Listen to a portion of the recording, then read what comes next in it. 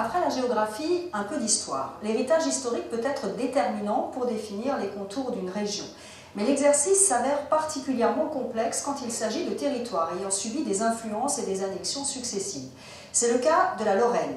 Elle tient son nom de son premier roi, Lothaire II, mais ses frontières se sont dessinées au gré des rivalités entre duchés et évêchés, entre zones de langue romane et de langue germanique, entre deux puissances, la France et l'Allemagne. Même Jeanne d'Arc n'était lorraine que du bout des doigts. C'est ici qu'est née Jeanne d'Arc, dans cette maison des bords de Meuse. Une maison bien transformée au XVIe siècle, mais les historiens semblent d'accord. Jeanne y est née en 1412, dans ce village de Domrémy, sur la frontière française avec l'Empire germanique, mais côté français. À l'époque, la très grande majorité de la Lorraine d'aujourd'hui se trouve dans l'Empire germanique. Seuls des morceaux du duché de Bar dépendent du roi de France. Elle ne dépend pas de l'Empire, pas du tout. Et je ne dis pas qu'elle se considère comme française, parce que ce nom, cet adjectif n'est pas d'usage, mais elle est tournée vers le roi, vers la France, et non pas vers le duché de Lorraine. Jeanne la Lorraine, ce sera pour plus tard, notamment à partir de 1870 et des guerres entre la France et l'Allemagne. L'héroïne française par excellence est née sur une frontière où les affrontements sont incessants. La Lorraine de son époque, c'est un ensemble de fiefs souvent en conflit, mais c'est aussi une réalité historique déjà bien ancrée. Le mot Lorraine dérive d'un mot latin, Lotharingia, que l'on connaît d'ailleurs en français, Lotharingie. Et Lotharingie est un mot qui fait référence à un petit-fils de Charlemagne qui s'appelait Lothaire. Le royaume de Lothaire est né en 843 lors du partage de l'empire de Charlemagne entre ses trois petits-fils, Charles le Chauve, Louis le Germanique et Lothaire. L'histoire de la Lorraine peut se résumer à une lutte d'influence permanente entre la France et la Germanie pour prendre le contrôle de ce territoire du milieu. En l'an 1000, au sein de l'Empire germanique, la Haute-Lotharingie est devenue un duché qui recoupe les frontières actuelles de la Lorraine, étendues le long de la Moselle jusqu'à Trèves.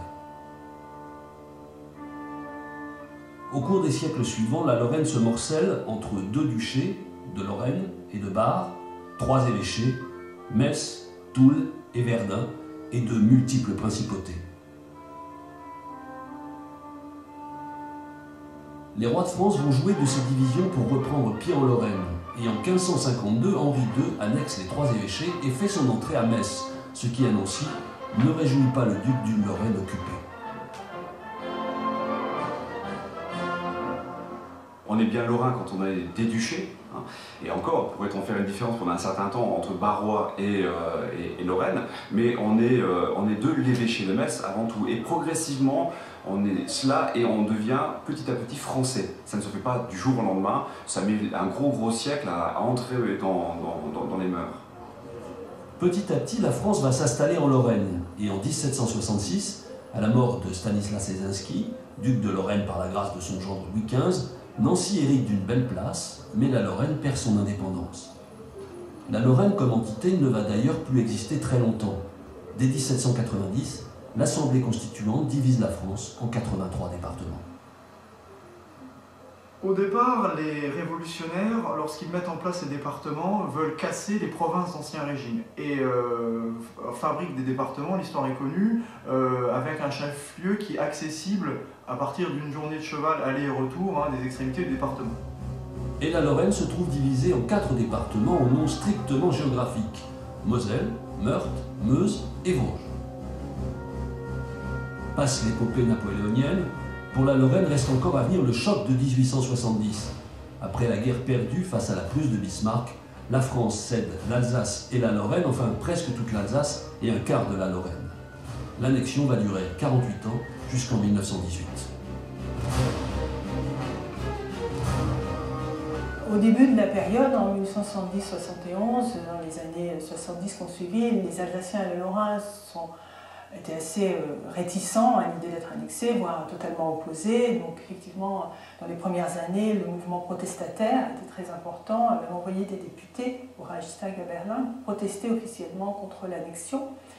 Et progressivement, les mentalités ont un petit peu évolué, du fait aussi des brassages de population, des Alsaciens et des Lorrains qui ont dû quitter la région pour rester français en exerçant leur droit d'option, du fait des Allemands qui arrivaient de tout l'Empire pour s'installer dans la région. Un nationalisme s'oppose à un autre, et côté allemand comme côté français, c'est notamment par l'école que l'on cherche à s'imposer.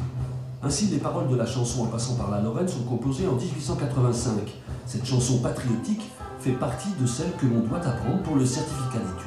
En passant par la Lorraine avec mes sabots, rencontrer trois capitaines avec mes sabots d'aubaine, oh oh oh, avec mes sabots. En 1892, pour la venue du président Sadi Carnot à Nancy, Louis Gann a composé une marche lorraine qui reprend dans l'intégralité de la mélodie de cette chanson En passant par la Lorraine, parmi d'autres mélodies populaires. Et c'est une composition qui va très vite intégrer le répertoire traditionnel de la musique militaire française. Après la victoire de 1918, Alsace et Lorraine redeviennent françaises. La partie autrefois annexée de la Lorraine est rebaptisée département de la Moselle. La frontière franco-allemande ne coupe plus la Lorraine en deux, sauf dans les mentalités. Ma grand-mère m'a déclaré je n'ai jamais pleuré du temps de l'occupation des Allemands. Elle parlait de la première occupation, puisqu'elle était née en 1887. Et j'ai pleuré lorsque les Français sont arrivés, donc dans la période entre 1918 et 1940. Et même ma mère, j'ai vu en larmes, lorsque dans les années 60 à 70, quand elle allait chercher des papiers administratifs, on lui demandait un certificat de réintégration à la nation française. Alors que son père avait déserté l'armée allemande pour être poilu. Voilà. Pendant la première annexion, la frontière lorraine reste très perméable, permettant les échanges et les mariages entre les habitants des villages lorrains situés de part et d'autre.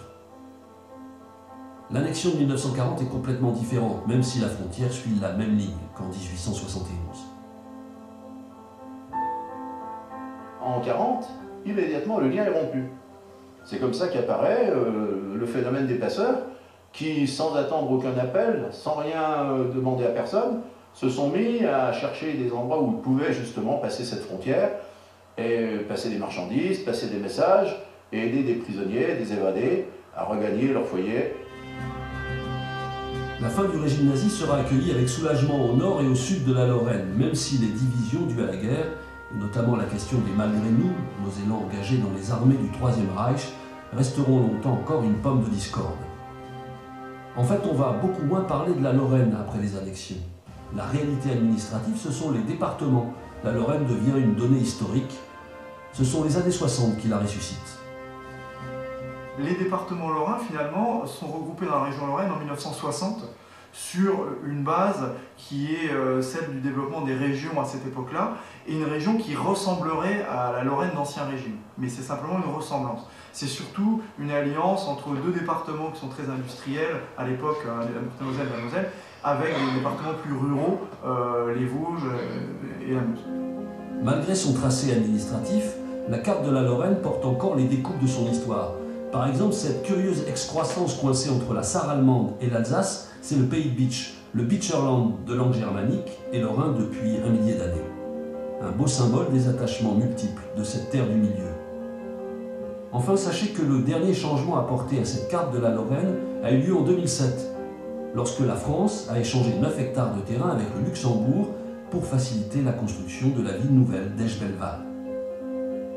Une des rares rectifications des frontières de la Lorraine obtenues sans recours à la force.